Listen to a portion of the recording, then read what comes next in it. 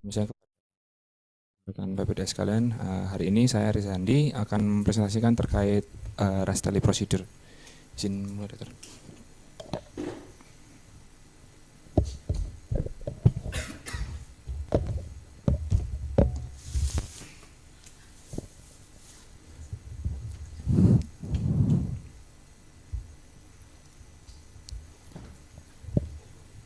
Jadi izin untuk memulai. Jadi Rastelli Procedure ini pada dasarnya adalah pada awalnya Rastelli Procedure ini tuh untuk sebuah tindakan operasi jantung, terutama pada awal itu dilakukan pada DTGA dengan VSD dan PS. Jadi dia mengalirkan darah dari ventrikel kiri melalui VSD menuju aorta karena ini TGA. Sedangkan untuk pulmonalnya dia dijahitkan suatu valve conduit, suatu graf dari ventrikel kanan menuju pulmonary artery. Ini pertama kali dilakukan oleh Dr. Robert Wallace di Mayo Clinic pada 26 Juli 1968. Jadi dia membypass obstruksi, yaitu dari pulmonary stenosis atau pulmonary atresia, yang nanti akan dia memisahkan darah teroksigenasi dan deoksigenated. Awalnya ini memang digunakan pada DTGA dengan VSD dan PS, kemudian bisa dikembangkan lagi untuk kasus-kasus Dorfi dan PA, pulmonary atresia. Nah ini mungkin diagramnya. Jadi ini adalah contoh pada kasus DTGA, TGA transfusi great arteries seperti yang gambarnya ini, dan dengan VSD. Jadi secara simpelnya Rastelli procedure itu dia di sini ada VSD, dia memanfaatkan VSD-nya ini dengan cara membuat bukan VSD closure, tetapi dia membevel dari RVOT-nya, dibevel, ditutup untuk mengalirkan LV-nya ini. Jadi LVOT-nya ini melalui VSD, kemudian aorta ke seluruh tubuh. Sementara pulmonary arterinya ini yang antara dia PS atau atrestik atau atresia, dia dipotong. Kemudian sambungan antara RVOT right ventricle outflow tract-nya ini disambungkan dengan PA menggunakan conduit graph. Nah, jadi hasilnya akan jadi seperti ini. Nah, variasinya ini bisa tidak hanya pada D3 saja, bisa pada Dorfi ataupun pada PA, di mana LPA RPA ada namun koneksi PA-nya sendiri pun atretik atau pulmonary stenosis yang tidak bisa digunakan kembali. Jadi dia membutuhkan conduit graph PA dari RV.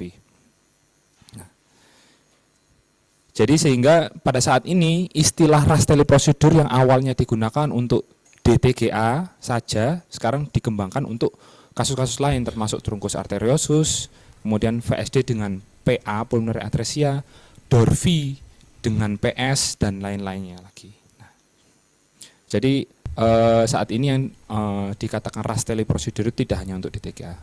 Intinya adalah pada Rastelli procedure itu poin pentingnya adalah ini. Dia menggunakan conduit atau suatu graph dengan adanya valve di sini yang baru yang menempel, yang disambungkan antara RVOT menuju pulmonary artery yang kemudian akan bercabang dari RPA dan LPA.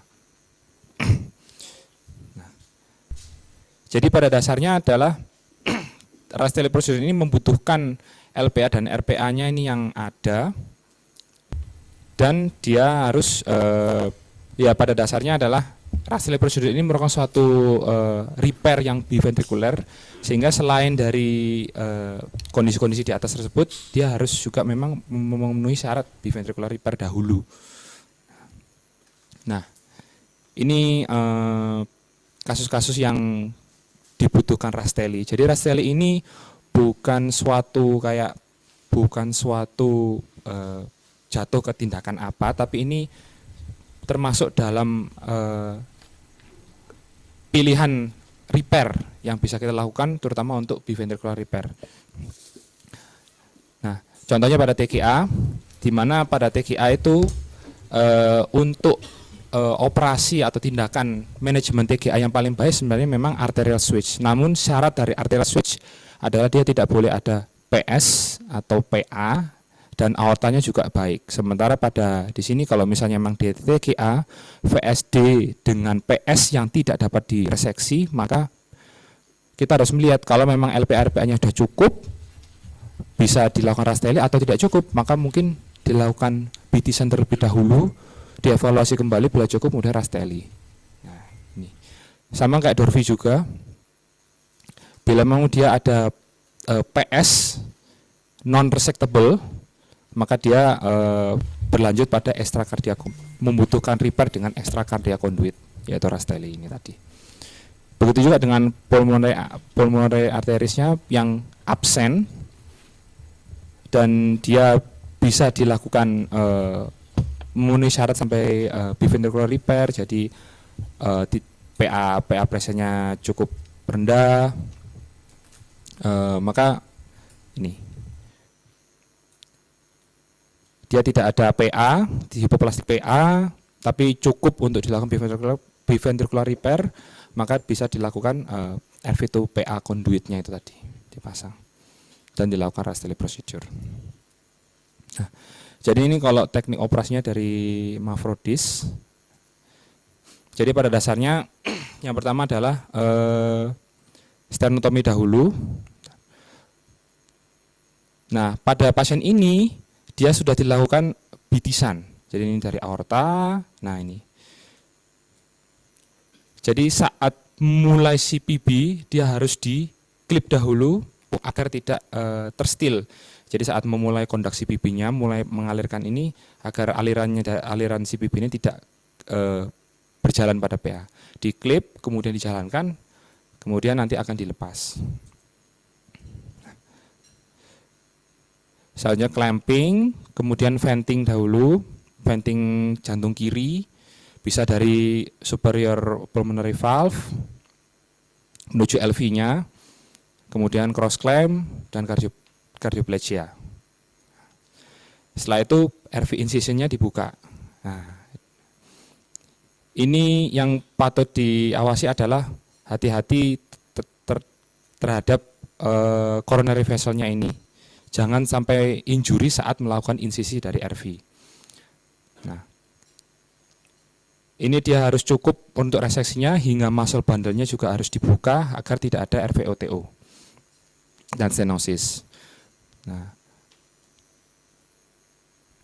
kemudian bisa juga saat dilihat RV-nya ini dibuka dilihat, kita harus mengidentifikasi juga untuk dari VSD-nya. Apabila VSD-nya ini memang restriktif, maka pada beberapa penelitian bisa dilakukan enlargement dari VSD-nya yang sebagai alirannya untuk ke aortanya itu. Ini pada kasus DTGA, pada operasi ini. Operasi klasiknya dari Rastelli-nya. Nah, ini kemudian kita letakkan dilator untuk compare size-nya dari aortic valve-nya ini tadi dan size-nya VSD-nya agar VSD rimnya dan size aortanya ini harus cukup. Jadi VSD-nya ini harus cukup. Kalau tidak besar ini tadi harus dibesarkan. Kalau enggak nanti akan terjadi LVOTO. Nah, ini yang pertama dilakukan closure-nya dulu. Jadi closure-nya ini itu untuk ngebevel. Jadi bevelnya itu diarahkan left ventricular blood-nya ini ke aorta. Jadi bukan yang, izin saya kembali lagi. Jadi bukan untuk menutup dari VSD-nya ini, tetapi dia menutup ininya, RVOT-nya ini. Jadi darahnya dari LV-nya ini diarahkan ke aorta melalui VSD-nya. Nah, saya lanjutkan kembali. Jadi ditutupkan, di bevel, jadi insert ke LV ventricular blood-nya ke aorta.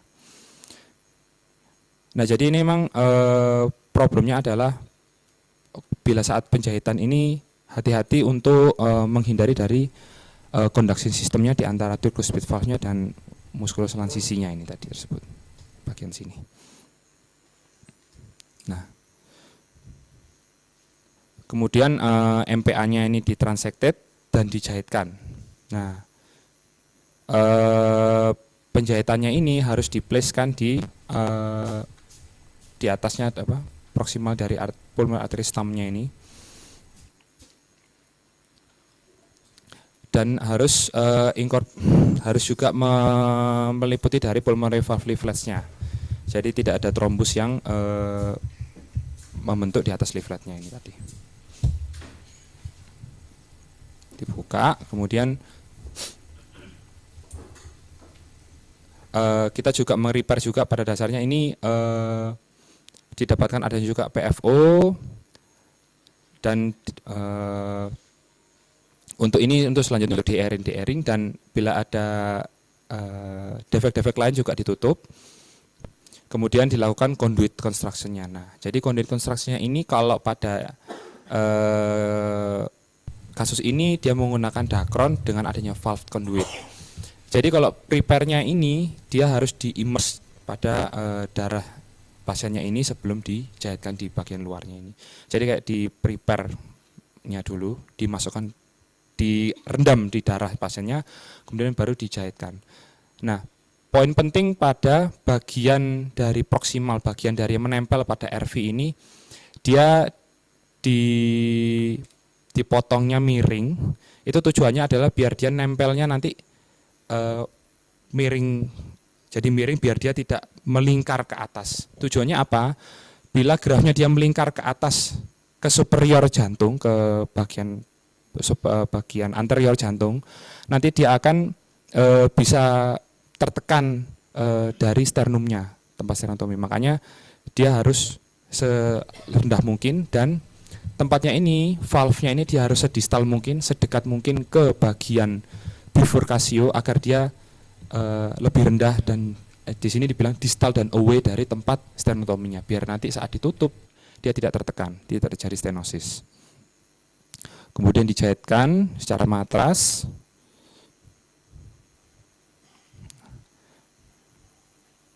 Nah, ini de-airingnya jadi dibuka sedikit saat saat CPB-nya dijalankan lagi sebelum di complete anastomosisnya untuk de-airingnya.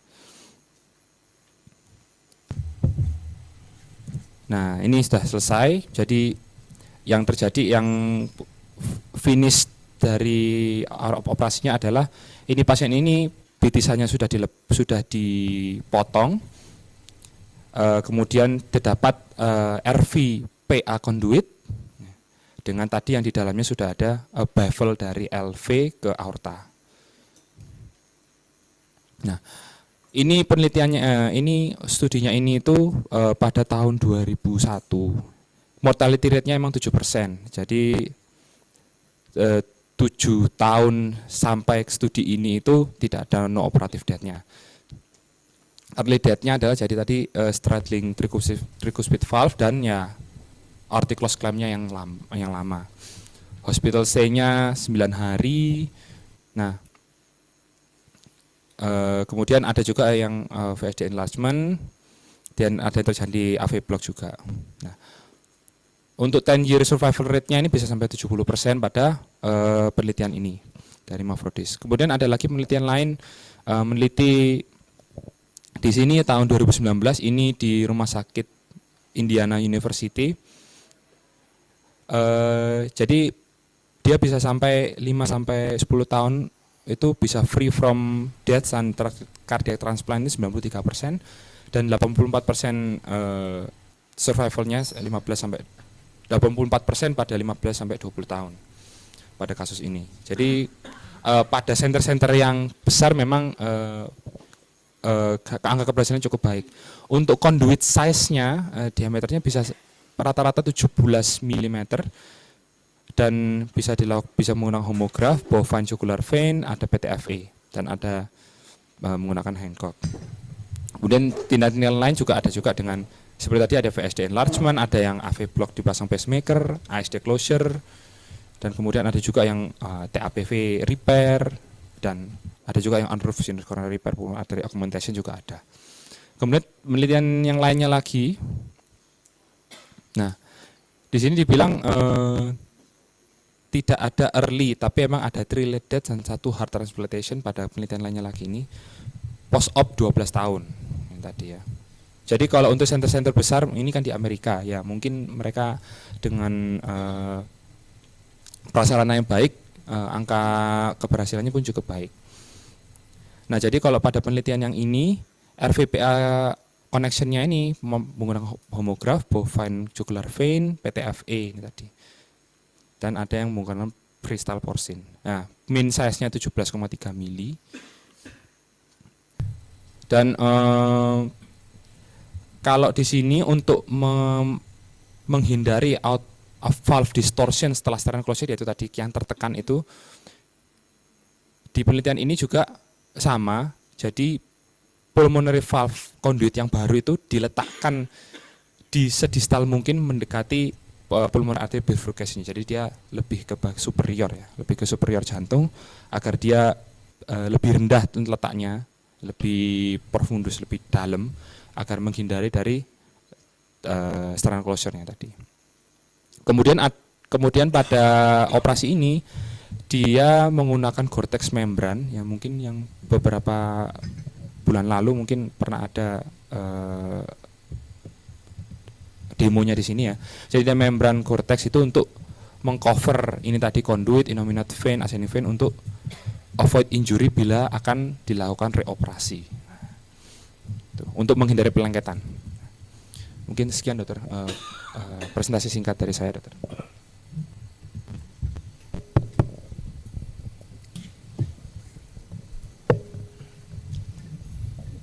Baik, terima kasih. Ini mengenai Rastelli ya. Rastelli operation. Jadi Rastelli itu termasuk biventricular repair ya, karena memisahkan antara ventricle kiri dan ventricle memisahkan ventricle kiri dan ventricle kanan, sehingga ketika sudah dipisahkan dengan Gore-Tex ataupun dengan PTFE, sehingga masing-masing ventricle kiri bekerja sebagai sistemic pumping dan ventricle kanan bekerja sebagai pulmonal pumping. Ini penting konsep ini ya. Terus jadi yang penting itu adalah kalian harus mengetahui, artinya yang utama prinsipnya adalah apakah pasien ini mau dilakukan biventricular repair atau tidak. Kalau tidak bisa dilakukan biventricular repair, artinya tidak memenuhi persyaratan, itu harus tidak boleh dilakukan biventricular repair. Ki, gimana Ki? Oke. Hah? Sudah X2? Kok cepat sekali? Pakai vena apa pakai mamari? Oh, vena ya. Di dewannya kan nggak ada, ada nggak ada kasih. Saya pikir pakai 1,5 aja udah cukup. Terus kemudian vena apa katifnya itu jadi eksesif PR-nya. Tegonya putus. Ada yang prolapse? Iya, ada yang putus korbannya. Di bawahnya tego itu hanya bagian kecil. Klasifikasi kayak kasus kayak RHB gitu. Itu sampai saya harus stop dulu karena takut stroke-nya beliaunya nempel di situ terus mengganggu. Kordanya tipis kali. Hanya satu korda sekunder yang jadi tebel, sisa yang lain hampir normal, cuma dia Tebel karena tebal. RHD-nya Iya. ya. Jadi ini kayaknya RHD tapi nggak semua gitu. Ini juga baru tahu ada klasifikasinya cuma ada itu kok.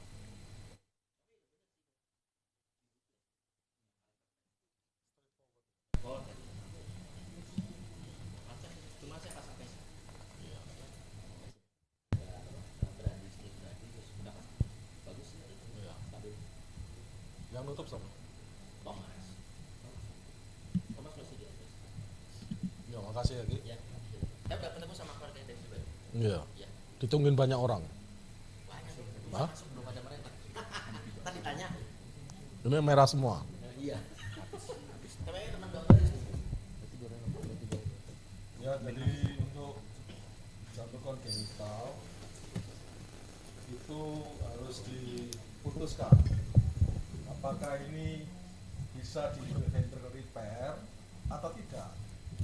Kalau memenuhi syarat preventive repair, jadi harus dilakukan preventive repair. Salah satu syaratnya adalah ventricle kiri dan ventricle kanan itu balance, ya, balance.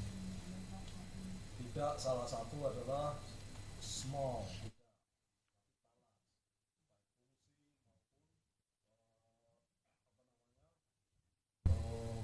apa namanya itu loh, dimensinya,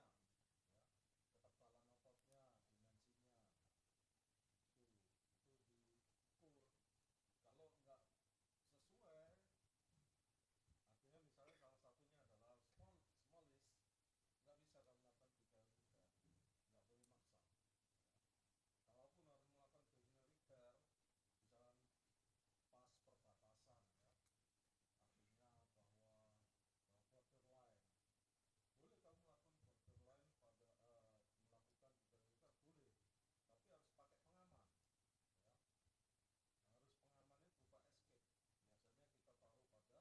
level atrium, yaitu ASD creation. Itu penting sekali, ya. Jadi pertimbangan-pertimbangan seperti itu. Kadang-kadangnya kalau borderline dan kalau mau di preventive repair kok sayang sekali, gitu kan. Jadi dilakukan itu. Kemudian dulu memang Rasteli itu dipakai untuk solusi operasi pada DTGA, ya.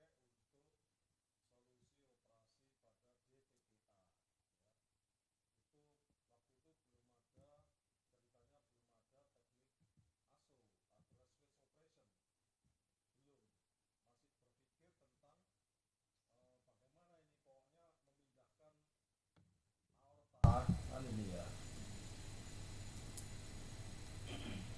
nih ya, ini kan aorta ini. Ini kan aorta. Dia ini kan salah anunya, tempatnya.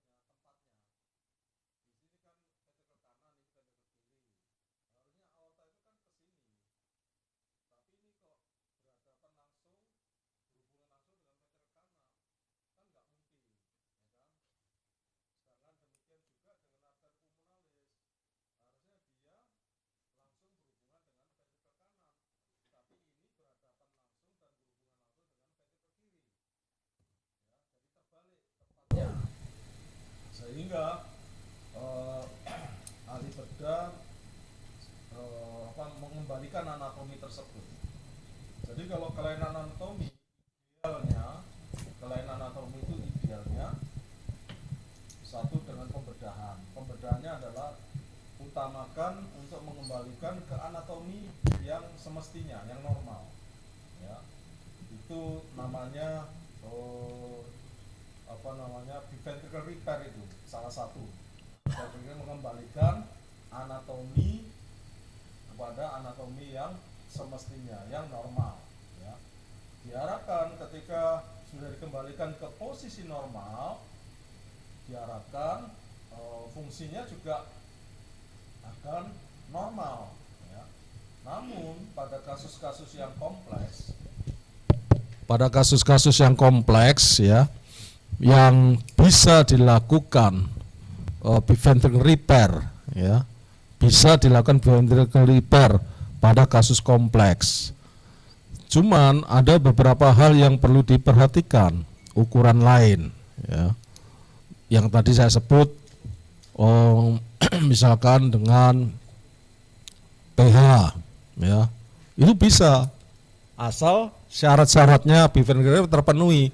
Ini loh balance itu loh, ya, balance itu dimensinya, ya, sama, kemudian ketebalan ototnya sesuai dengan ukuran-ukuran normal, ya. Kenyataannya pada kelainan kompleks, ya, terutama pada pasien-pasien biru cyanotic heart disease, nggak bisa dilakukan preventive repair.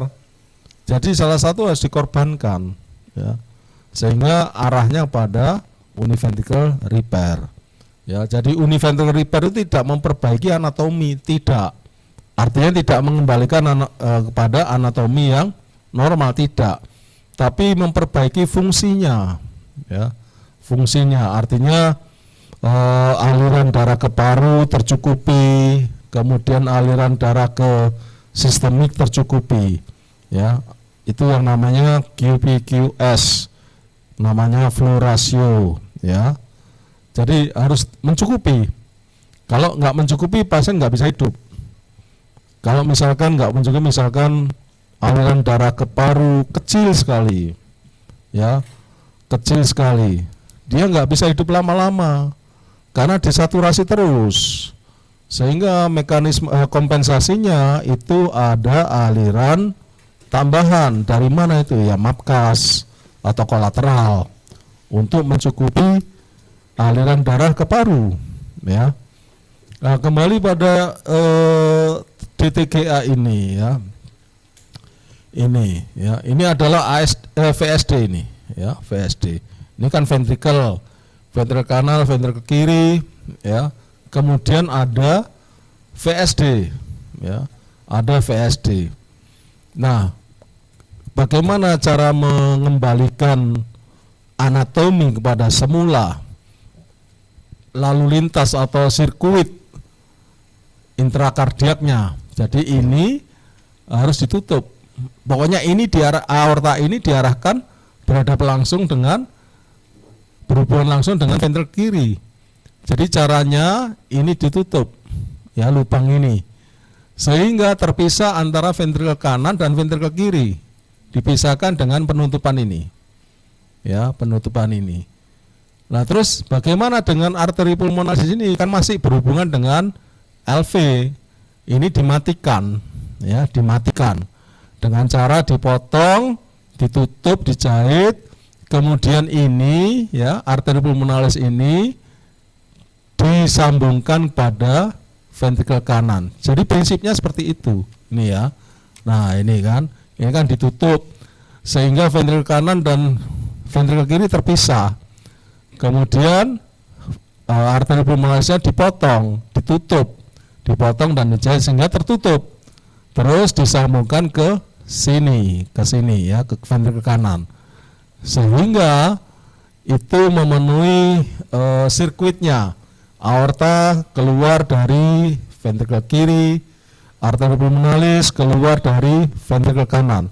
Itu prinsip-prinsip dari Rastelli prosedur, operasi Rastelli, ya. Nah, seperti ini, ya. Nah, terus untuk Rastelli ini harus ada beberapa hal yang perlu diperhatikan. Satu, dia ini kan pakai kondui protese bikinan, ya, buatan, yaitu berupa PTFE, ya, PTFE. Kemudian juga dia bervalve, mempunyai valve, ya. Ini sebetulnya bukan PTFE, maaf. Kalau yang PTFE ini yang jenis PTFE ini, ya. Jadi yang asli Rastelli yang dibilang Contegra yang buatan Medtronic itu berasal dari vena jugularis sapi, ya. Vena jugularis sapi itu ada valve-nya, jadi diambil di situ. Kemudian dilakukan satu preservasi dan sebagainya, banyak ukuran-ukurannya, ya, mulai ukuran berapa tadi, 12 sampai ke 22 atau 24, ya. Cuma saya juga berpikir, sapi itu kalau yang ukuran vena jugularisnya 12 itu sapinya seberapa besar, ya? Kalau sapi yang Brahma, ya, yang gede itu, ya, mungkin, ya, itu juga ukurannya lebih besar vena jugularisnya, ya. Kenapa diambil vena jugularis? Karena vena itu kan sistem vena punya valve. Nah, itu yang diperlukan, ya. Itu yang diperlukan. Itu nomor satu. Nomor dua adalah size-nya nggak bisa berubah-ubah. Kalau kamu pasang nomor 20 misalkan, ya seterusnya kan nomor 20. Makanya disesuaikan dengan kondisi pasien pada saat operasi. Kalau pada anak umur 5 tahun misalkan, kamu pasang size 12 misalkan, ya seterusnya umur bertambah, tapi size-nya dia nggak bertambah, ya, nggak bertambah. Sehingga perlu dipikirkan ada reoperation, operasi kedua untuk mengganti conduit ini, ya. Jadi prinsipnya Rastel itu seperti itu. Kenapa ini dibelokkan, tidak langsung straight lurus begini, ya, untuk mencegah. Kalau kamu coba berpikir logis saja, kalau ini straight aja, straight tutup aja, apa yang terjadi? Dia akan terjadi suatu bottleneck di sini, ya, seperti halnya efeknya seperti pasien yang barusan dikerjakan Dr. Erik hari ini, yaitu aortic stenosis (AS). Efeknya seperti itu, ya. Nah, mumpung masih ingat bahwa pasien-pasien anak-anak dengan aortic stenosis, kalau kalian menjumpai di poli, jangan lama-lama, itu adalah urgent, ya, urgent. Karena ada pasien kita yang menunggu operasi, dijadwalkan elektif, meninggal, failure, ya. Jadi kalau AS itu urgent aja, ya. Kembali pada sini, kalau ini straight, tidak dibelokkan begini, tidak melengkung begini, dia akan berdampak seperti stenosis aorta. Pasien bisa mati mendadak lagi, ya. Sehingga teknik operasinya adalah dibengkokkan ini. Tapi perlu lagi kalian harus tahu, ASD untuk keperluan ini ASD-nya harus besar. ASD kecil nggak bisa. Coba kamu perhatikan, kalau ASD-nya nggak sebesar ini, ya, ini naik ke sini, jadi ASD-nya kecil aja di sini. Terus kamu belokkan, ya, pelengkungan, tetap akan terjadi suatu stenosis, mati pasien. Jadi untuk menghindari aortic stenosis atau yang disebut kata lainnya adalah LVOTO, left ventricular outflow obstruction. Jadi obstruksi pada pintu keluarnya, gerbang keluar. Ya, jadi untuk menghindari obstruksi, ya, pada gerbang itu, maka salah satunya adalah VSD-nya harus dibesarin. Ya, seperti ini, dibesarin. Sehingga kalau menempatkan patch-nya itu nggak riskan, ya. Nah, ini kan nggak riskan. Kamu bayangkan kalau VSD-nya itu kecil di sini, akan terjadi bottleneck di sini, mati pasien, ya. Itu hanya memang kerugiannya kamu enlargement atau memperbesar VSD itu, ya, dampaknya, konsekuensinya bisa terjadi aritmia. Karena di daerah sini itu ada AV node, ya.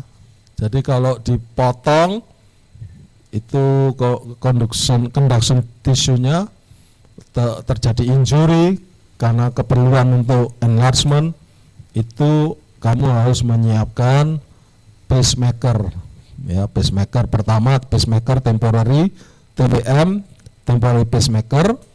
Kemudian kamu tunggu sampai 2 minggu. Kalau intrinsic rhythmnya belum muncul, berarti harus diganti dengan permanent pacemaker, ya. Jadi memang di daerah-daerah sini, ya, daerah-daerah sini itu memang potensial terjadinya suatu gangguan irama. Katakan misalkan pada pasien-pasien ASD primum, ya, ASD primum, PAVSD, itu juga bisa terjadi karena dia bermain di sini, ya, di antara katup mitral dan katup tricuspid. Oke, ini gambarnya, sehingga ketika sudah di sirkuitnya atau directionnya sudah dirubah kepada direction lalu lintas yang normal, ya, akhirnya yang biru ini ke paru-paru, yang merah ke sirkulasi sistemik, ya, kira-kira seperti itu. Oke, terus coba.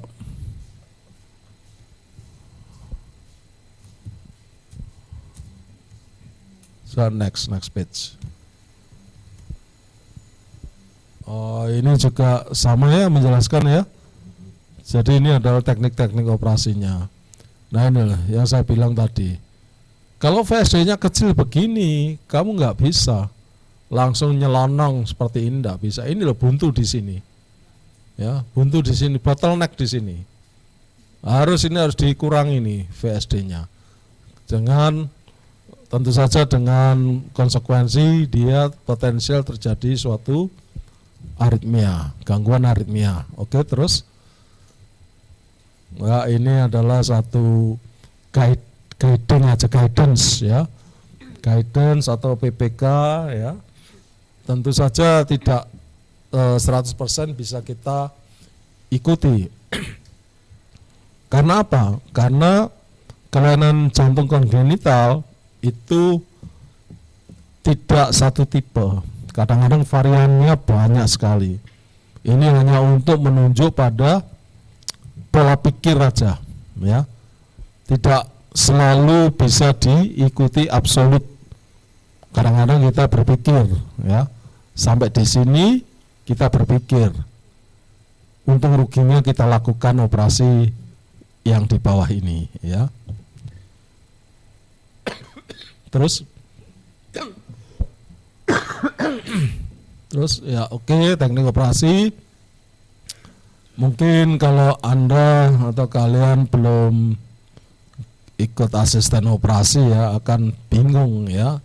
Ini apa, bagian apa ya. Tapi memang ini adalah yang ditayangkan ini adalah kelainan kongenital jenis cyanotik. Ya, kenapa? Karena ada bitisan di sini. Ya. Bitisan ini. Bitisan kan fungsinya untuk menambah aliran darah ke paru-paru supaya tidak cyanosis, supaya bisa melatih LV, supaya bisa menginjus membesarkan diameter dari LPA-RPA. Ya.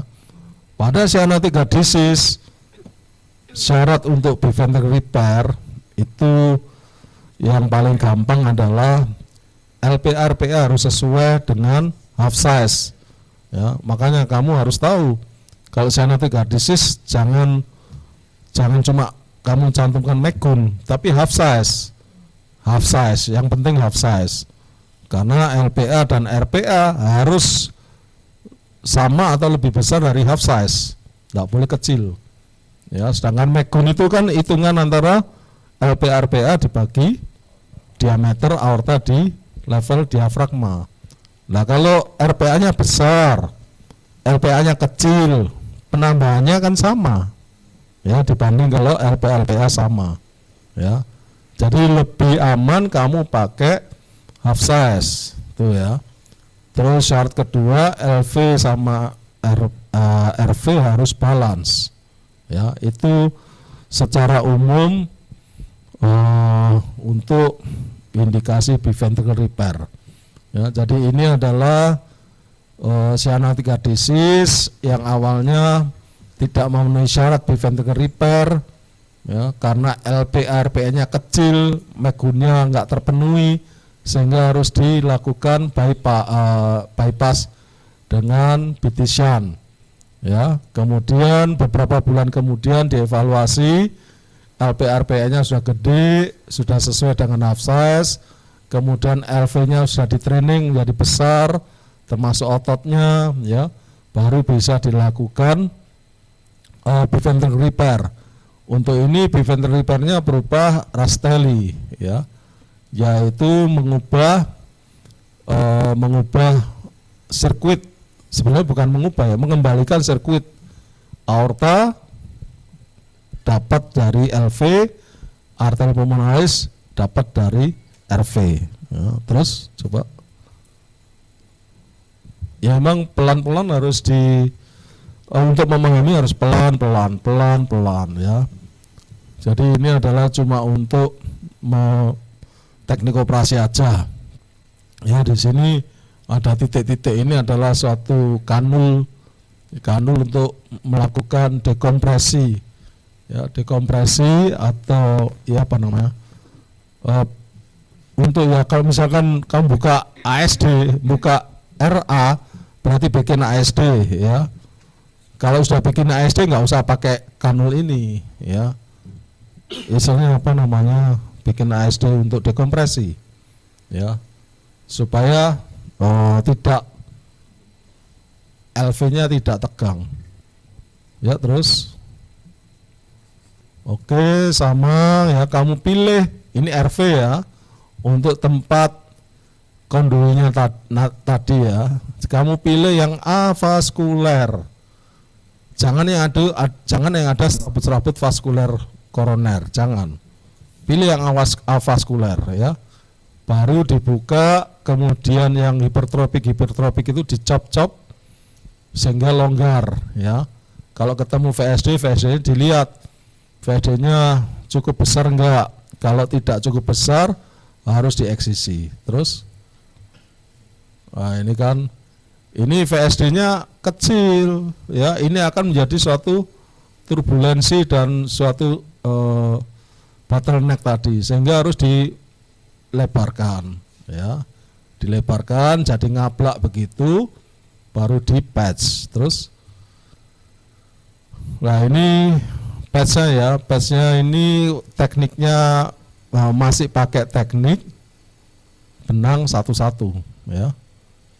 Memang bagus ya, dan istilahnya bisa mencegah terjadi residual VSD ya. Jadi dulu zamannya Prabu Wito jahit VSD-nya itu satu-satu, bukan continuous ya, satu-satu pakai plecet ya. Kalau sekarang yang rugi kita, satu benang harganya berapa? 10.000. Hah? Berolin berapa? Iya toh. Iya toh. Masa ratusan? Isinya sejina. Sejina isinya.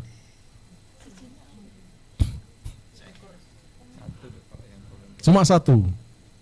Ya, jadi di sini saya ngajari kalian kalau operasi itu yang hemat. Belum tentu kalian nanti kalau sudah selesai operasi sendiri di negara kalian, ya, belum tentu bisa boros begitu, enggak, ya. Jadi seperti ini ya. Terus akhirnya ada teknik baru pakai continuous suture, ya. Cuma memang continuous suture lebih sulit sebetulnya. Karena apa? Potensial terjadi residual. Karena apa? Yang paling sulit dilihat itu di jam 12 di sini, ya. Karena harus asisten harus mengekspos dengan baik. Ini paling sulit, ya. Jam 1 sampai jam 11 biasanya sulit terekspos dengan baik, sehingga di situ seringkali terjadi suatu residual di poin-poin itu. Dan kamu perhatikan ini ya. Ini seperti ada garis-garis gitu ya, ya. Jadi ini jenis PTFE yang tubuler, ya, yang tubuler, bukan yang lembaran, ya. Kita untuk nutup VSD kan pakai yang lembaran, ya. Tapi ini pakai yang tubuler supaya bisa bisa dilengkung-lengkungkan, dibelok-belokkan, hasilnya seperti ini, ya. Oke, terus.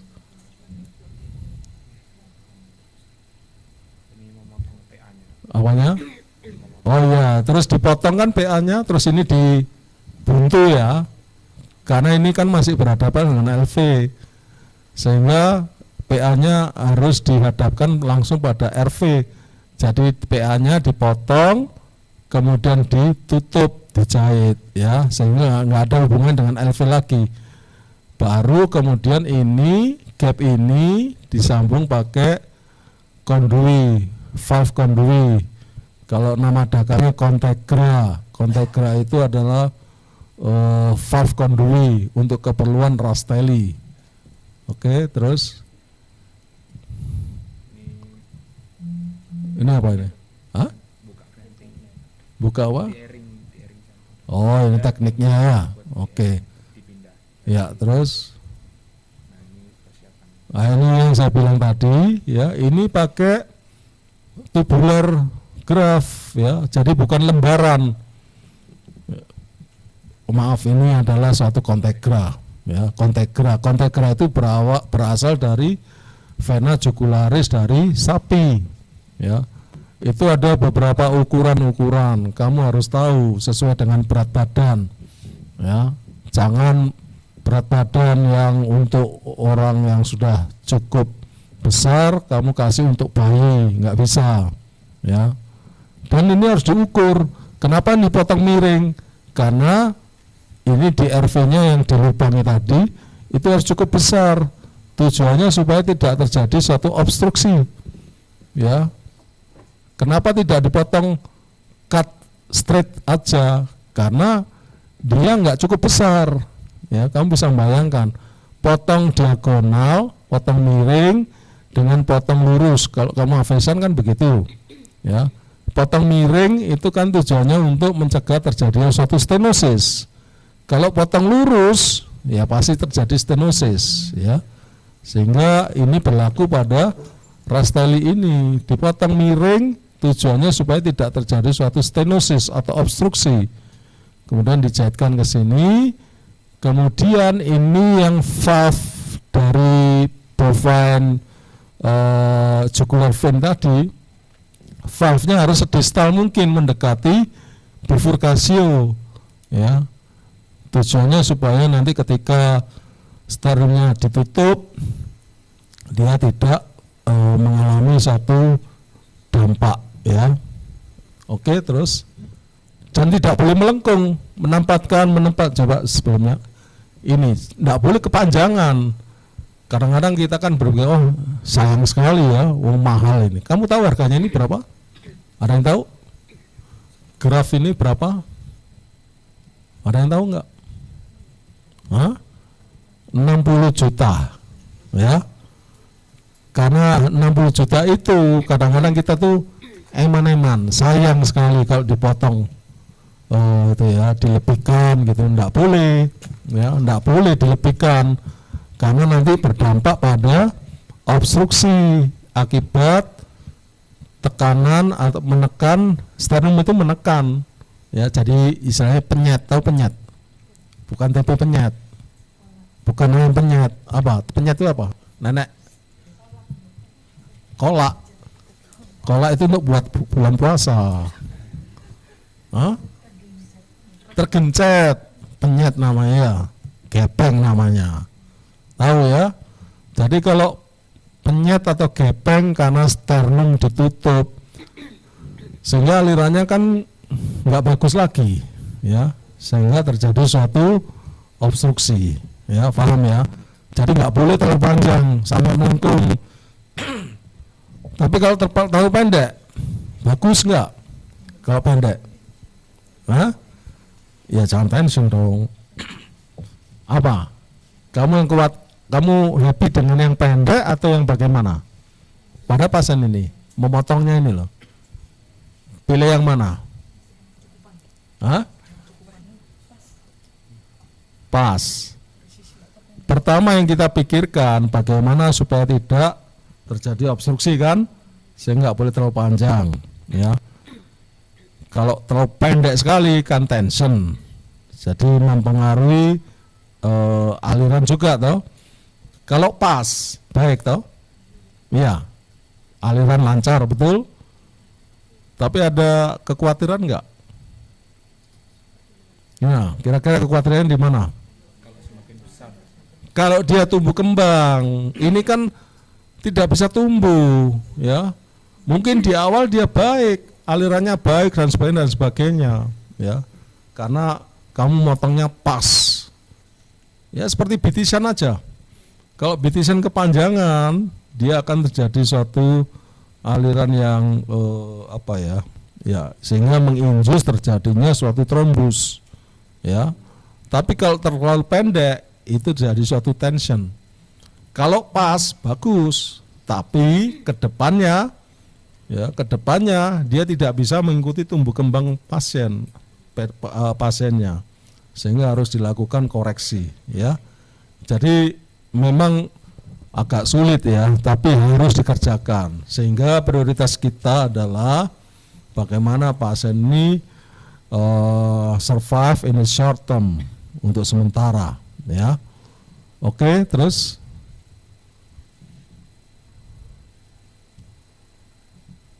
ya ini teknik aja ya. Selalu jahit yang sisi sini dulu. Jangan jahit yang sisi sini. Nanti kamu ngintip-ngintip kalau di sini ya. Jadi selalu seperti avesan itu.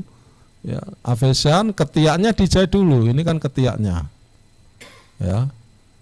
Jadi yang seperti CABG kan juga begitu. Posisi ini harus dijahit dulu properly. Ya, baru ini. Kalau di sebelah sini bocor-bocor kan bisa langsung di depan mata bisa kelihatan. Oke, terus ya sama, terus ya ini proses diiring aja. Ya oke, terus ini sudah selesai. Oke. Ya ini outcome-nya ya. Jadi kira-kira secara umum Rastelli operation seperti itu ya. Satu, dia merupakan biventricular repair, bagian dari biventricular repair hanya menggunakan kondui, valve kondui dari bovine vein, ya, jugular vein. Nah itu kan disertasi saya akan mengganti, sebetulnya awalnya itu bukan, ini punya Yayu ya. Yang saya itu pakai lembaran dengan stem cell. Sebenarnya bisa untuk ini. Yang punya Yayu itu mengarah pada sini. Tahu Yayu siapa?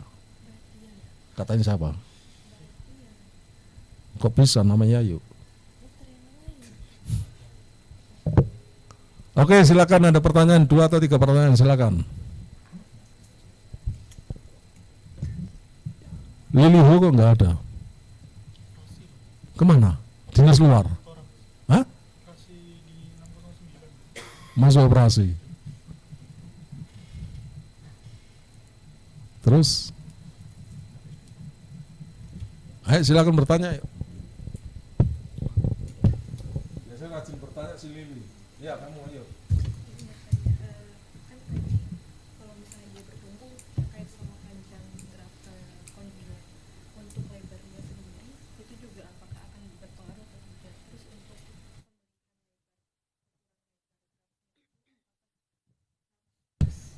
dengan MPA-nya atau dibikin sedikit oversize seperti extracondylopontine.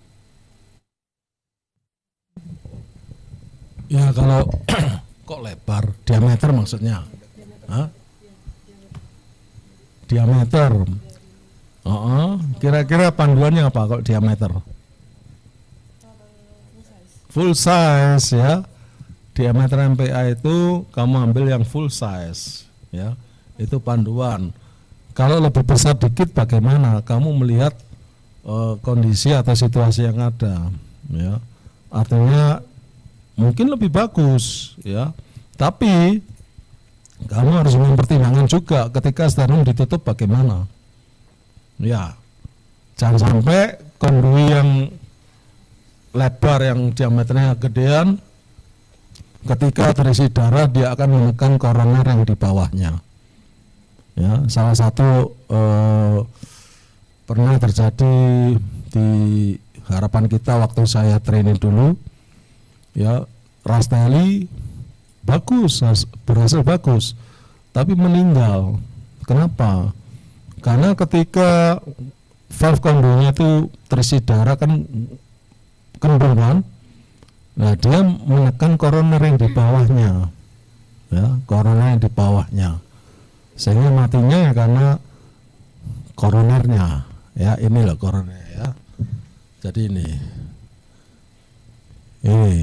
Kalau dia mengembung kayak gini ya karena kebesaran, dan ini menekan ini, ya ini kan nggak mungkin disisihkan, nggak mungkin. Oke, ya kalau panjangnya ini menyesuaikan aja yang tadi sudah kita bahas. Jangan terlalu pendek, jangan terlalu panjang. Kalau terlalu panjang dia akan gepeng, terlalu pendek dia tension, ya, yang pas aja. Oke, ada lagi? Hah? Iya. Kalau misalnya dia diganti kayak pakai Samotion gitu kan, Pakai apa? Samotion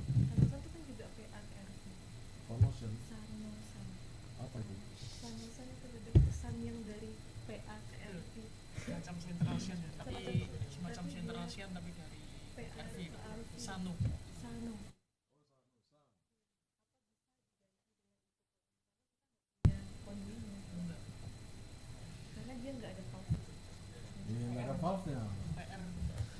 Ya, nggak ada valve-nya. Artinya kalau nggak ada valve-nya ya percuma. Kalau nggak ada valve-nya kan sama aja kita kasih semacam vascutex. Hah? Tapi tetap terpisah.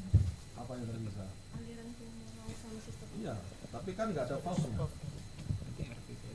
Jadi PR, ya, regurgitasi dari pulmonal. Konsekuensinya apa?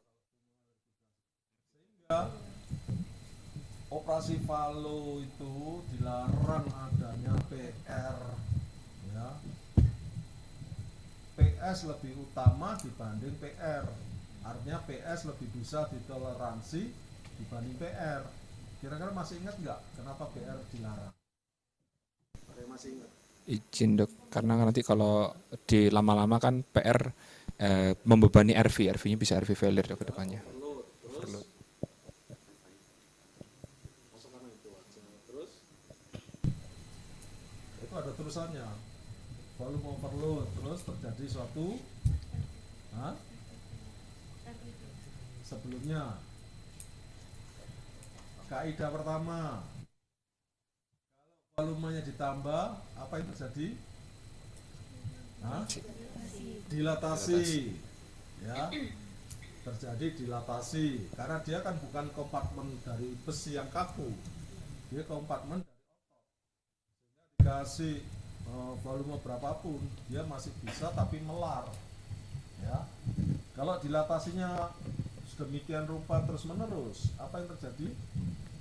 Yang pernah saya sampaikan apa? Ada yang ingat? Lili biasanya tahu mana namanya. Ya, ada dilatasi terus berdampak pada apa? Pakai logika aja cukup. Ada yang tahu nggak? Terus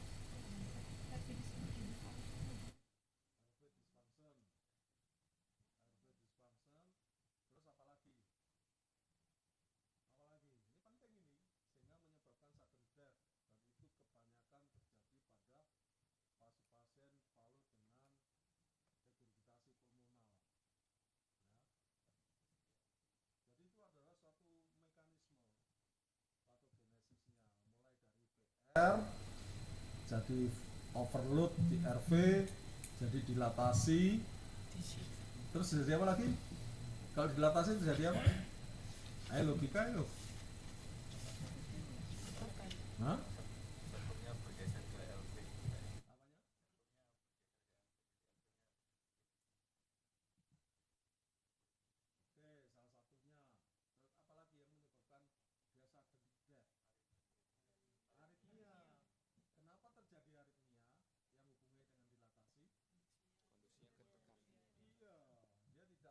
Jalur, tidak satu jaras lagi, tapi terpecah karena dilatasi. Ya, ya seperti halnya pada LA dilatasi karena misalkan mitral stenosis. Ya, mitral stenosis kan LA-nya besar, bisa terjadi suatu thrombus formation. Ya, sebelum thrombus formation kan terjadi suatu AF. AF terjadi karena dilatasi yang kronis, sehingga terjadi suatu jaras kondusinya itu sudah nggak satu jalur lagi, ya, dia terpecah-pecah sehingga terjadi suatu gangguan irama jantung, terjadi akibat dari tidak satu jaras ini, tidak satu jalur, ya, terjadi suatu disharmoni atau apa begitu.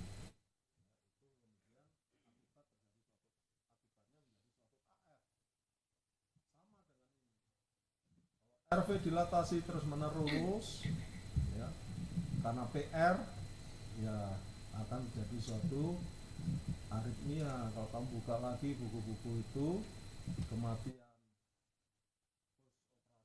Valo yang tidak terkontrol, dia bisa mati secara tiba-tiba, sudden death karena aritmia. Oke, paham ya?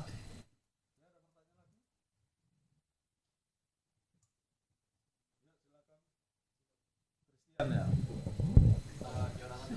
Oh, sudah tadi lagi.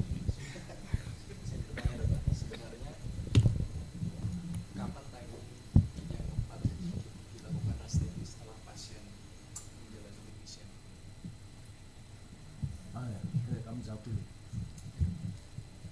Izin kalau menjawab. Jadi kalau rata-rata emang kalau yang kalau dari baca yang saya lihat, rata-rata yang dilakukan Rasteli ini tuh antara PA atau PS. Jadi otomatis rata-rata LPA dan RPA-nya itu kecil. Jadi umumnya sebagian besar tuh ya enggak, umumnya sebagian besar itu dilakukan bitisan terlebih dahulu untuk membesarkan sisi LPA RPA-nya dulu. Jadi MPA-nya biasanya sih PS atau PA, nggak bisa dilakukan. Nah, selanjutnya kapannya untuk pindah jadi Rasteli itu kalau dari saya baca dua sumber itu bilang ditunggu sampai mendekati 1 tahun umurnya. Sebenarnya kalau kayak misalnya TGA, sebenarnya umur 1 sampai 2 bulan itu sudah bisa. Misal ini TGA yang biasa, TGA VSD tanpa PS, tanpa aortic stenosis atau AR, dia dilakukannya cukup muda sampai 2 bulan itu. Yang kemarin itu kan umur segitu juga, 2-3 bulan. Itu sudah dilakukan ASO, hasilnya baik walaupun dia berkaitan dengan masalah respirasi, tapi yang kemarin kan sudah baik. Namun yang untuk yang dilakukan Rasteli ini yang rata-rata untuk saat ini ya, karena sudah ada tindakan ASO, itu PA-nya kecil, jadi dilakukan bitisan dahulu, tunggu beberapa bulan.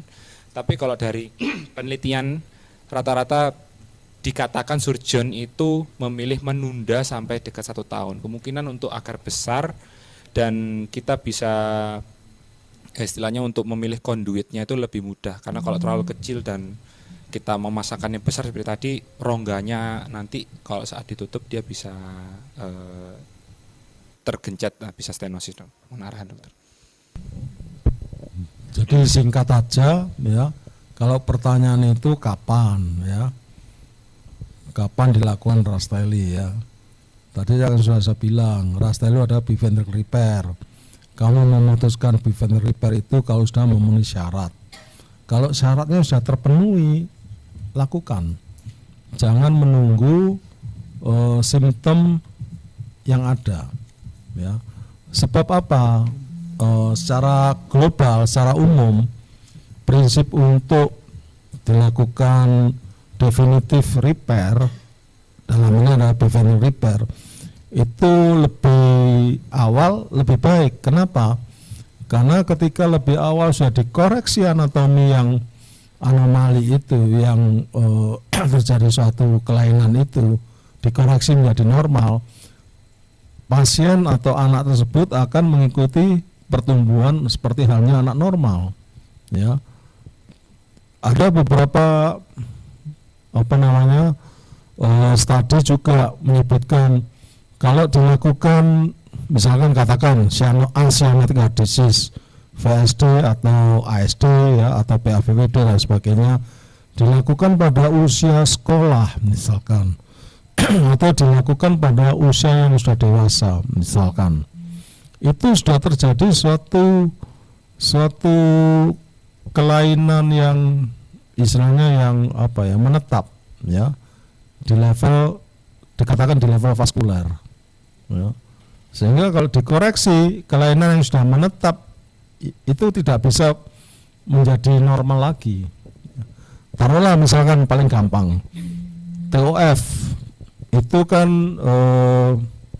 golden periodnya untuk operasi itu adalah di bawah 1 tahun. Ya tujuannya seperti itu, supaya dia ketika sudah dilakukan koreksi dia akan tumbuh kembangnya seperti anak normal. Tapi ketika tetracephalus nunggu sampai usia 6 tahun, 10 tahun, apa yang terjadi? Kan sudah terjadi chronicity akibat dari desaturasinya, ya. Nah, chronicity yang akibat dari desaturasinya itu sudah pada level sel, ya, sehingga terjadi suatu perubahan ya. Kalau misalnya dilakukan koreksi pada fase-fase itu tidak banyak untungnya ya, karena sebagian besar sel-selnya sudah terjadi perubahan. Seperti pasien kemarin itu yang pasien teenager itu loh, Valo ya, pasien teenager kemarin. Valo dengan MAPCA dan makin ketemu ASD juga dengan RPA-nya kecil. meninggal pasien. Belum dioperasi. Ya. Iya. Ada yang falo dewasa kapan itu? Saya dilapori. Apa untungnya dikoreksi? Tidak ada.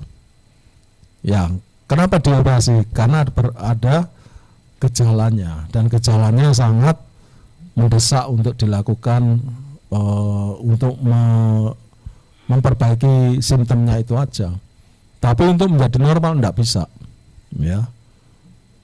Ya memang tidak semuanya, tapi persentase keberhasilannya, outcome-nya baik itu kecil sekali pada falo yang dewasa.